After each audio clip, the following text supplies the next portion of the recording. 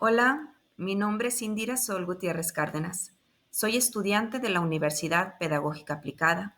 La materia de Seminario de Historia y Filosofía de la Educación en México es impartida por el doctor Osvaldo García Martínez. El tema que les presentaré se titula El entusiasmo por la independencia. Te invito a que me acompañes a dar un pequeño recorrido por lo que pasó después del término de la Guerra de Independencia. Como todos sabemos, la Guerra de Independencia fue un evento muy importante, pero después de que terminó, en el año de 1821, México estaba en muy mal estado. Fue muy difícil avanzar ya que existía mucha desigualdad social. Con la independencia se buscaba que la situación del país mejorara, pero nunca se imaginaron que el comienzo de la vida independiente fuera tan complicado. Después de esta guerra, el historiador Lucas Alamán fue uno de los promotores de la educación de las primeras letras, en la creencia de que sin instrucción no hay libertad. Alamán deseaba conservar la religiosidad del pueblo y la búsqueda del progreso material. En 1822 se estableció la Compañía Lancasteriana, la cual tuvo mucho éxito, pues logró aumentar el número de alumnos inscritos en zonas urbanas.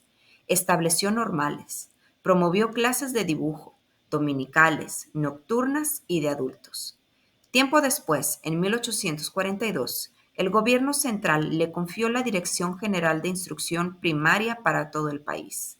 Esto fue el principio de una auténtica centralización educativa y de un manual para maestros único y obligatorio. Durante esta época, el niño fue el gran ausente. Era un actor pasivo. El método lancasteriano tenía el lema de la letra con sangre entra. Los maestros contaban con un látigo o varilla para mantener la disciplina utilizando el miedo. Esto hacía de las escuelas un lugar de aburrimiento, lágrimas y dolor para los niños que no tenían buena memoria. En el año de 1833, Valentín Gómez Farías realizó las siguientes reformas. Cerró la venerable Universidad y el Colegio Mayor de Sarita María de Todos los Santos. Dañó el patrimonio financiero de las instituciones educativas debido a que reunió los donativos, legados, becas, bienes raíces y demás recursos de las instituciones en un fondo común. Estas reformas de Gómez Farías solo tuvieron una duración de 9 meses. En la década de 1830, también se creó la Dirección General de Instrucción Pública para el Distrito Federal y los territorios, con el fin de aprobar libros de texto y expedir títulos académicos.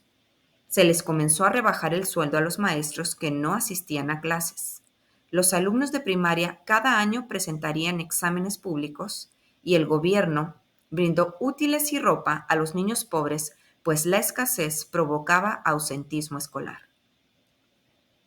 En 1843 se designó como ministro de Instrucción Pública a Manuel Baranda. Gracias a él se aprobó el Plan General de Estudios, en el cual se especificaron las materias comunes para todas las carreras y los tiempos de cada una de ellas. Promovió la enseñanza de idiomas. Baranda quería formar jóvenes inteligentes, con buenos principios. No estaba a favor de colmar el cerebro de textos aprendidos de memoria, sino que quería que los alumnos aprendieran a ser autodidactas, reflexivos y tuvieran criterio propio. Los puntos esenciales de la política de Baranda consistían en conseguir los fondos, dotar decorosamente a los profesores, estimular el talento de los alumnos y becar a los pobres con aptitudes para aprender. En 1840, Melchor Ocampo quería introducir en las primarias libros de texto sobre temas generales y que se publicaran manuales sencillos sobre civismo y ciencias. Buscaba promover nuevas carreras, pues le parecía que al país le faltaban científicos. En 1843, Ocampo restauró el Colegio de San Nicolás de Hidalgo y fundó numerosas escuelas primarias. Dotó de su bolsillo un laboratorio de química y física, creó las carreras de agricultura e ingeniería civil, reorganizó la carrera de jurisprudencia e instauró los exámenes públicos y privados para ser profesor titulado de primaria. A mediados de siglo, Indicativo de los cambios que sufría el país, el artículo tercero de la Constitución de 1824 había declarado que el catolicismo era la religión oficial del Estado.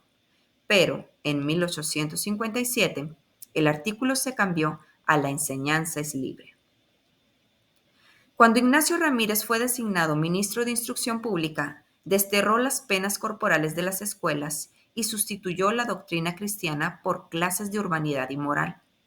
En la década de los 60, los franceses llegaron a dominar el campo de la educación secundaria, abriendo colegios y liceos. En el liceo podían llevar cursos de instrucción primaria y secundaria en preparación para la carrera profesional. El liceo perseguía tres metas: los conocimientos prácticos, el acatamiento a las doctrinas y la moral cristiana y la enseñanza de las ciencias.